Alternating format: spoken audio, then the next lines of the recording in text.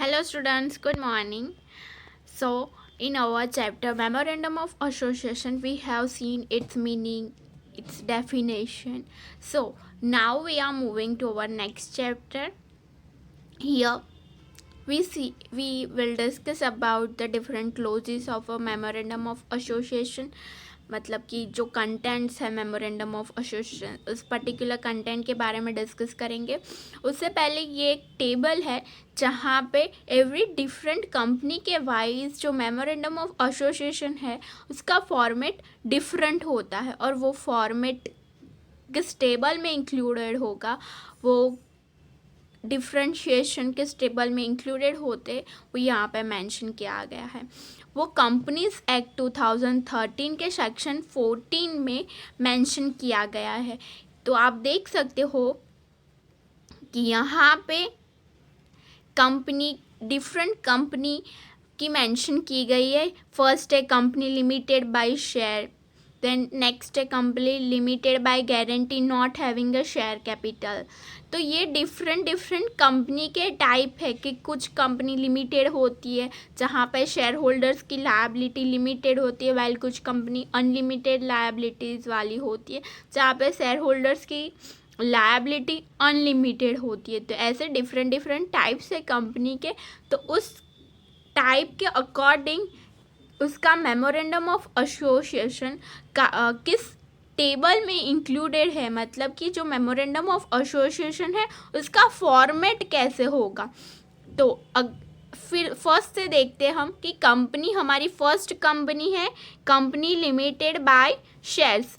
तो अगर इफ़ हमारी कंपनी है और वो लिमिटेड बाय शेयर्स है जहाँ पे शेयर होल्डर्स की लायबिलिटी लिमिटेड है, तब हम मेमोरेंडम ऑफ एसोसिएशन जो हमारा है उस डॉक्यूमेंट को कैसे प्रिपेयर करेंगे. तो कंपनीज एक्ट 2013 में जो टेबल है शेड्यूल 1 में, जो पूरा एक्ट है 2013 का, वहाँ पे शेड्यूल 1 का टेबल ए, तो शेड्यूल 1 के टेबल ए में जो फॉर्मेट होगा हमें वो अप्लाई करना होगा, उसे कंप्लाई करना होगा. ओके, तो वो हुआ लिमिटेड बाय शेयर.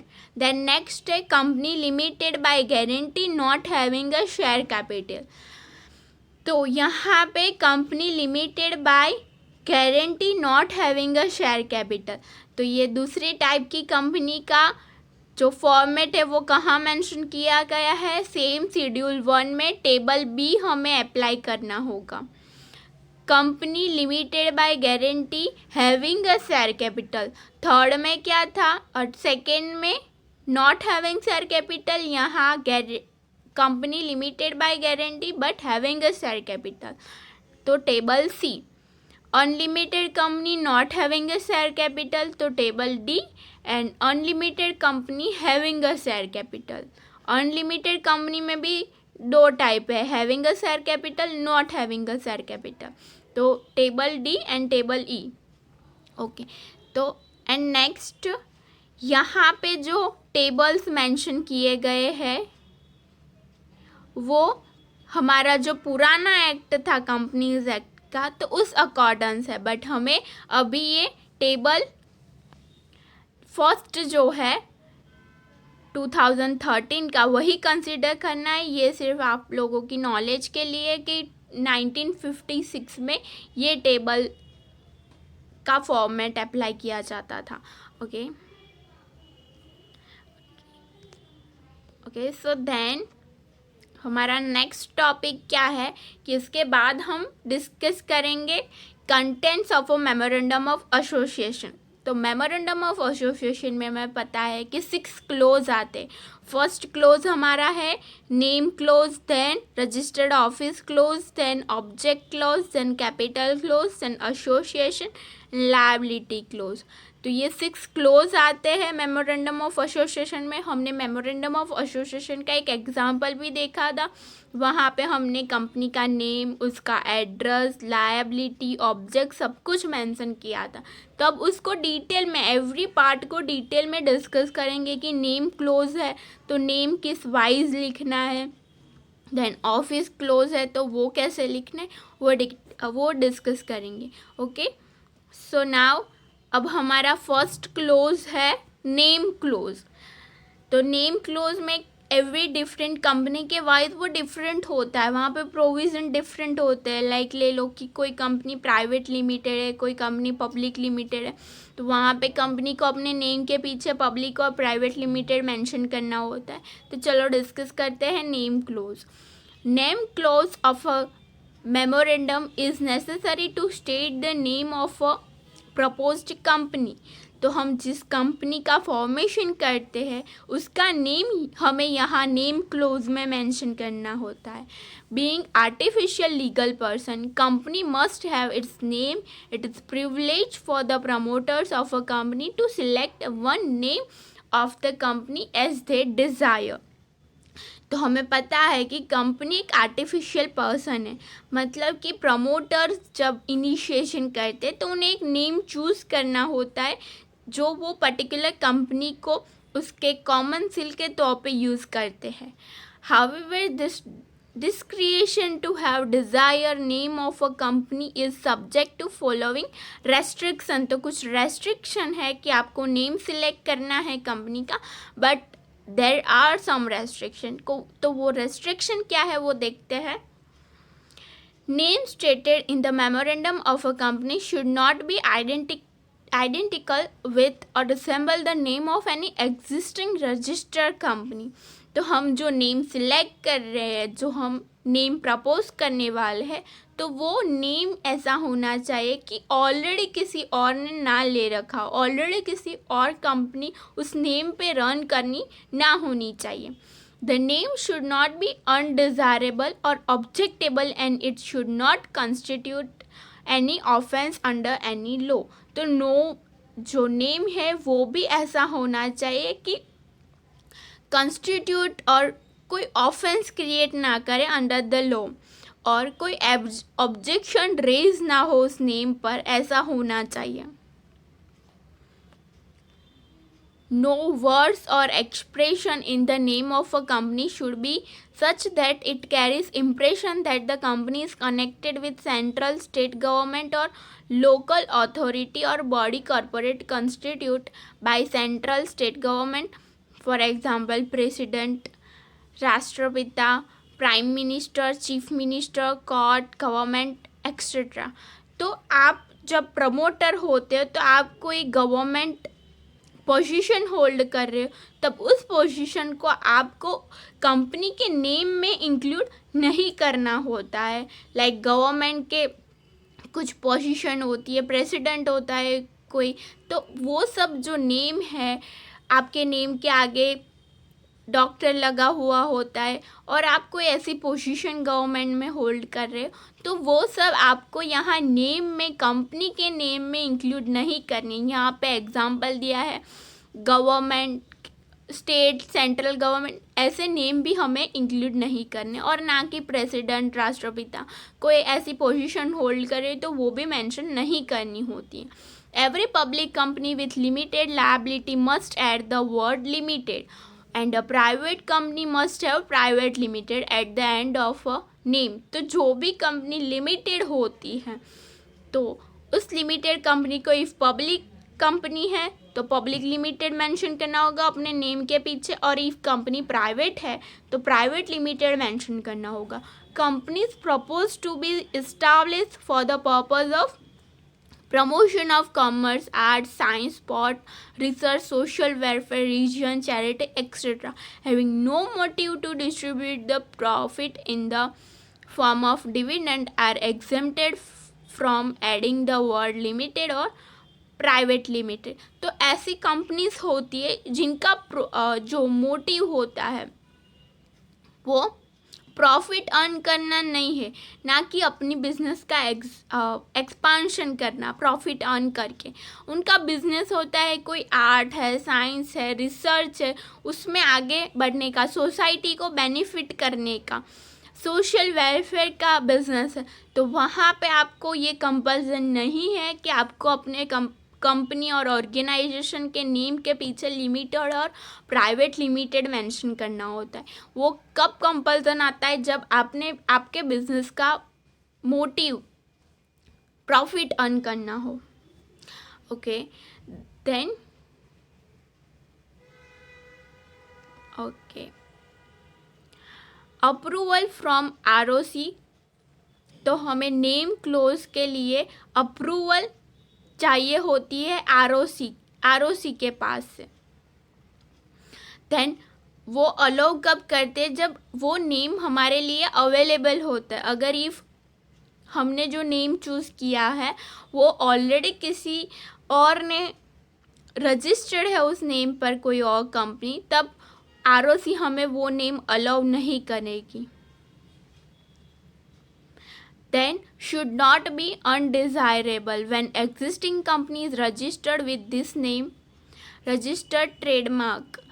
तो मतलब कि हमने जो नेम चूज़ किया है उस नेम पे ऑलरेडी एक कंपनी रन कर रही है, तब वो नेम हमें अलाउ नहीं किया जाएगा। यहाँ पे एग्जांपल दिया है Buttercup dairy company versus Buttercup margarine company limited, तो यहाँ पे वो नेम हमें नहीं अलाउ किया जाएगा। Then use of a word और आइदर लिमिटेड प्राइवेट लिमिटेड, तो limited public company, private limited for private company.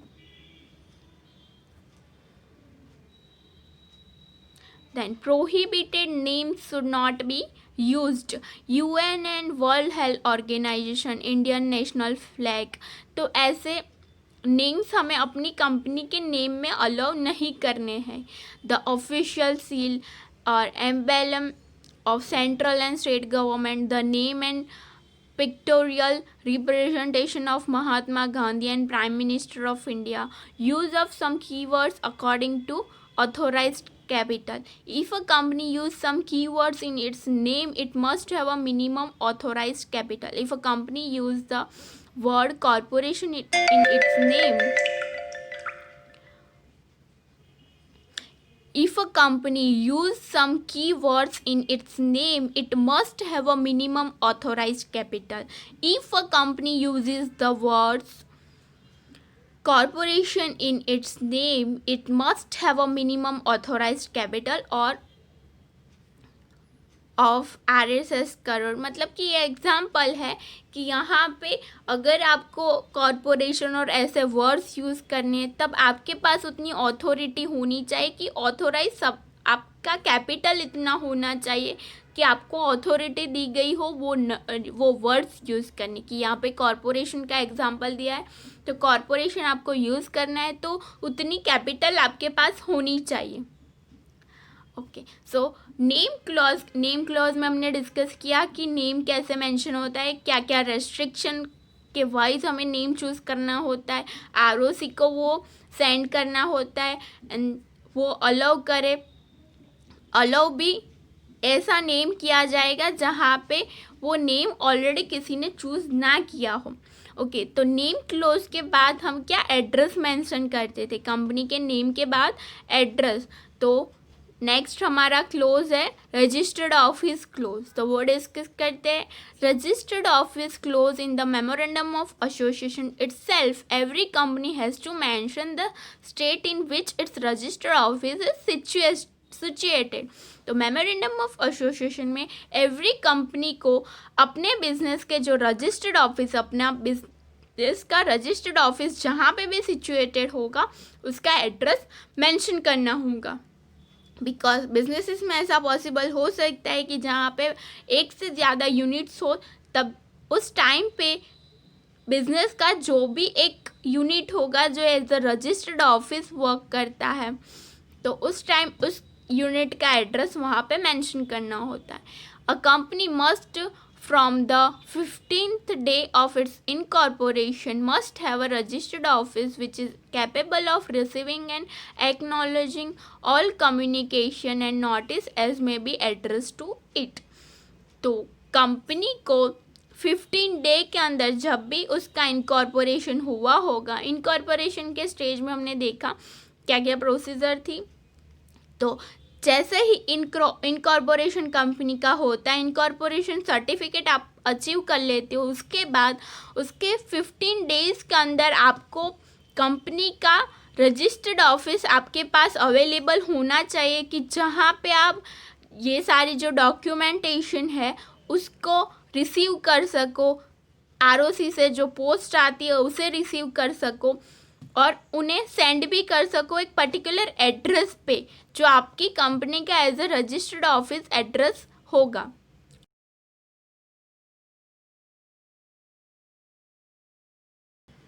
All the correspondence and communication to the company must be addressed to its registered office।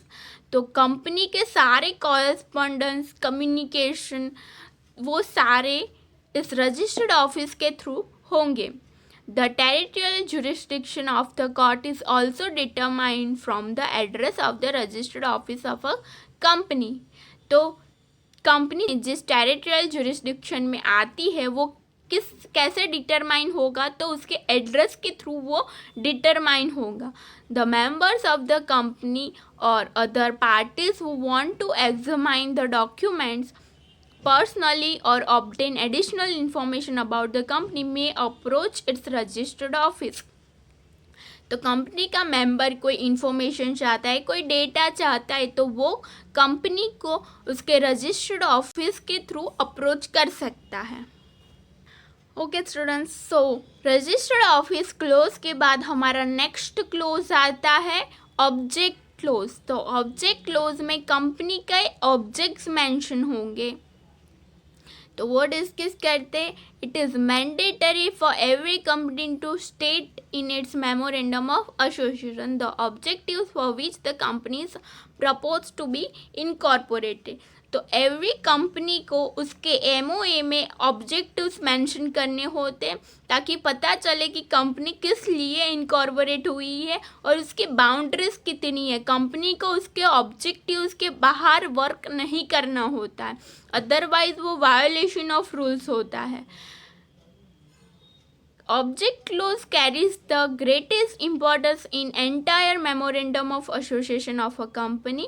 The promoter of a company are at liberty to have a choice of object of a company। तो MOA में object close बहुत important होता है। क्यों होता है वो हमें पहले से पता है कि कंपनी उसके ऑब्जेक्ट के बाहर जाके वर्क नहीं कर सकती है, बट प्रमोटर्स को ये लिबर्टी होती है कि वो ऑब्जेक्ट खुद चूज़ कर सकते हैं और उसके अकॉर्डिंग वर्क कर सकते हैं। However, following are the restriction upon the promoter to select the object of a company। तो कुछ रेस्ट्रिक्शन है सिलेक्शन में। वो रेस्ट्रिक्शन क्या है? First is object must not be against any law और the provision of a company. तो object ऐसे होने चाहिए कि कोई लॉ जो प्रिवेलिंग लॉ है उसका वायोलेशन ना करता हो, कॉन्स्टिट्यूशन है उसका वायोलेशन ना करता हो। Object of a company must not be against any public policy और the provision of a constitution of India. तो जो कॉन्स्टिट्यूशन ऑफ इंडिया है हमारा, तो उसके प्रोविजंस को वायोलेट ना करता हो। The object should not be contrary to the provision of any general law. तो जो सारे जनरल लॉ है उसके प्रोविजंस को कॉन्ट्रारी ना हो, ऐसा ऑब्जेक्ट हमारा बिजनेस का होना चाहिए। ओके, तो ऑब्जेक्ट भी कितने टाइप के होते हैं? 3 टाइप्स के भी होते हैं। फर्स्ट होता है ऑब्जेक्ट हमारा जो मेन ऑब्जेक्ट होता है, उसके बाद एंसिलरी ऑब्जेक्ट आता है कि जो हमारा मेन ऑब्जेक्ट है उसके अकॉर्डिंग एंसिलरी ऑब्जेक्ट सिलेक्ट किए जाते हैं। और नेक्स्ट है कि जो मेन ऑब्जेक्ट है उसके अलावा भी जो ऑब्जेक्ट्स होते हैं उसे अदर ऑब्जेक्ट्स बोलते हैं। ओके स्टूडेंट, तो यहाँ हमने 3 क्लोजेस डिस्कस किए। फर्स्ट था नेम क्लोज, देन सेकेंड हमने रजिस्टर्ड ऑफिस क्लोज डिस्कस किया एंड देन हमने ऑब्जेक्ट क्लोज डिस्कस किया। तो आगे के 3 हम नेक्स्ट सेशन में डिस्कस करेंगे।